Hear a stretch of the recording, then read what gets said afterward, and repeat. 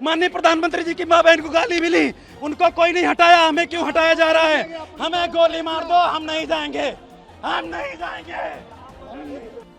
अब एक और आंदोलन ने बवाल काट रखा है और घेरे में फिर से है दिल्ली पुलिस। आरक्षण के खिलाफ खड़े हुए इस आंदोलन ने दिल्ली से लेकर पूरे देश को मानो हिलाकर रख दिया। जब प्रदर्शनकारियों को पुलिस ने मौके से हटाना शुरू किया, दिल्ली में प्रदर्शनकारियों को पुलिस घसीट कर ले जाती है तो तस्वीरें वायरल हो जाती हैं। उन्हें जबरन जंतर मंतर से पुलिस जब हटाती है तो इस दौरान प्रदर्शनकारियों के विरोध की तस्वीरें भी सामने आती हैं और देर रात तब और बड़ा बवाल खड़ा हो जाता है जब प्रदर्शनकारी राजघाट कूच करते हैं।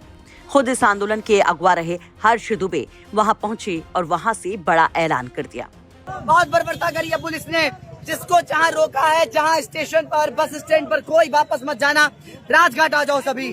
वहाँ तो परमिशन नहीं चाहिए ना, वहाँ तो शांति से बैठ सकते हैं ना, महात्मा गांधी के सामने तो रो सकते हैं, क्यों देश आजाद कराया था आपने, जब हमें ये गुलाम की जंजीरों में ही जकड़ना था। उनसे तो रिक्वेस्ट कर ही सकते हैं कि क्यों देश आजाद कराया था, जब ये गुलामी की जंजीरों में ही हमें जकड़ के रखना था। इधर हर्ष दुबे राजघाट पर जुटने का ऐलान करते हैं, उधर जुटने लगते हैं प्रदर्शनकारी। दिखाई देने लगते हैं प्रदर्शनकारियों की भारी भीड़। देखते ही देखते पुलिस और सुरक्षा बलों की संख्या भी वहां पर बढ़ गई और फिर पुलिस ने वहां से भी प्रदर्शनकारियों को खदेड़ना शुरू किया तो जमकर हंगामा हुआ। दरअसल राजघाट से पहले जंतर मंतर पर इन प्रदर्शनकारियों का जुटान था। जाति आधारित आरक्षण के विरोध में जुटे थे ये लोग। शुक्रवार देर शाम उस वक्त वहां पर जमकर हंगामा हुआ था। जंतर मंतर पर पुलिस और आईटीबीपी और आरएएफ के जवान इन प्रदर्शनकारियों को हटाते, उनको हिरासत में लेते नजर आते हैं। उस दौरान की तस्वीरें भयंकर होती हैं, जहां कुछ प्रदर्शनकारी पुलिस के सामने हाथ जोड़ते नजर आए तो वहीं कुछ पुलिस की कार्रवाई का विरोध करते दिखाई दिए। प्रदर्शनकारियों का आरोप है कि उनके साथ शांतिपूर्ण तरीके से प्रदर्शन करने के बावजूद इस तरह से मनमानी की गई, तानाशाही की गई। उनका कहना है कि वे अपनी मांगों को लेकर जंतर मंतर पहुंचे थे और किसी तरह की कोई हिंसा नहीं कर रहे थे। क्योंकि राजपूत समाज हमेशा बलिदान से ही होके आए हैं और डरो मत, हम भूखे प्यासे हैं सुबह से। डरने वाले नहीं है, बिल्कुल नहीं है। जब तक जा रहा है, आप कह रहे थे यहाँ बैठेंगे, जब तक अधिकार नहीं मिलेगा हम कहीं नहीं जाएंगे। हमारा आरक्षण हटाओ, यूजीसी रोल बैक पे काला कानून का विरोध कर रहे हैं हमारे सभी समाज। क्या नाम है आपका? मेरा नाम वर्षा चौहान है। पुलिस डिटेन कर रही है सबको, उसके लिए ये इनका फर्ज है करना दोनों को। किस बात का डर है? हम किसी की चोरी थोड़ी करने आए, हम किसी का गला काटने थोड़ी आए। हम इज्जत और सम्मान, हम इनको भी इज्जत सम्मान देता है और हमेशा देते हैं क्योंकि नारी है, नारी को हम अपमान नहीं सहन करेंगे।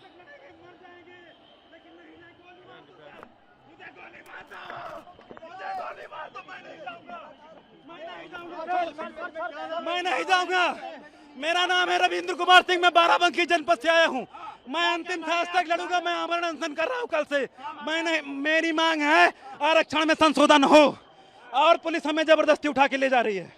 हमें गोली मार दिया जाए लेकिन हम यहाँ से नहीं जाएंगे। आपकी अनुमति खत्म हो गई।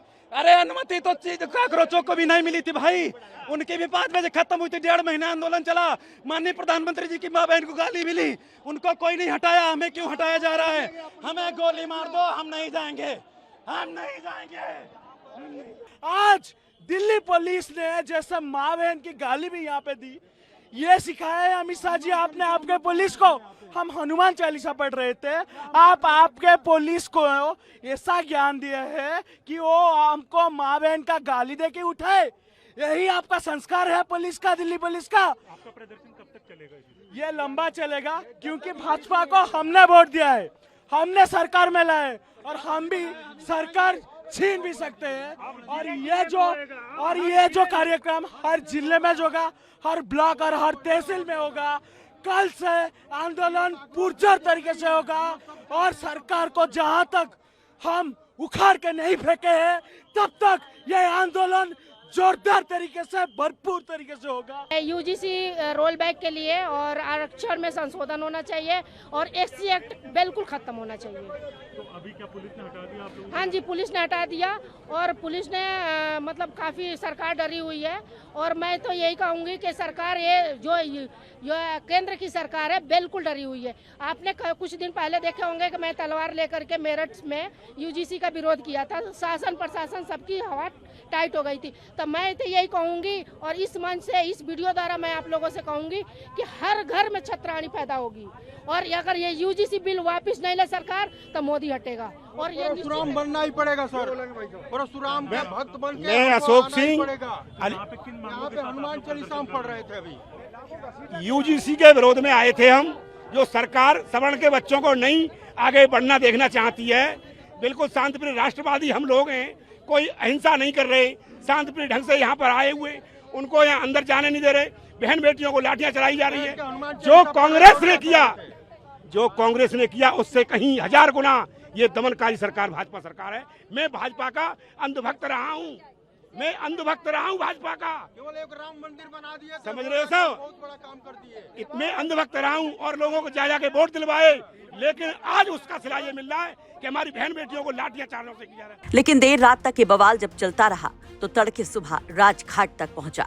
प्रदर्शनकारियों की मांग थी कि आरक्षण का आधार जाति के बजाय आर्थिक स्थिति होनी चाहिए। ये प्रदर्शन रिजर्वेशन हटाओ आंदोलन के नाम से एक इंस्टाग्राम पेज के आह्वान पर शुरू हुआ था, जिसने लोगों से जंतर मंतर पर जाकर विरोध प्रदर्शन में शामिल होने की अपील की थी। वहीं पुलिस का कहना था कि इस प्रदर्शन के लिए जंतर मंतर की अनुमति नहीं दी गई थी। पुलिस के मुताबिक प्रदर्शनकारियों को रामलीला मैदान में प्रदर्शन के लिए कहा गया था, लेकिन इसके बावजूद बड़ी संख्या में लोग जंतर मंतर पर पहुंचे थे। आपको बता दें कि इस आंदोलन में करणी सेना समेत अखिल भारतीय क्षत्रिय महासभा समेत कई सारे संगठन भी जुड़े हुए हैं। दिल्ली से गौरव पांडे की रिपोर्ट, यूपी तक। पवन जी, एक बात होती है, क्या आपको कभी ऑफर नहीं आया बीजेपी की तरफ से? बहुत बार आया। आया। कैसा आया?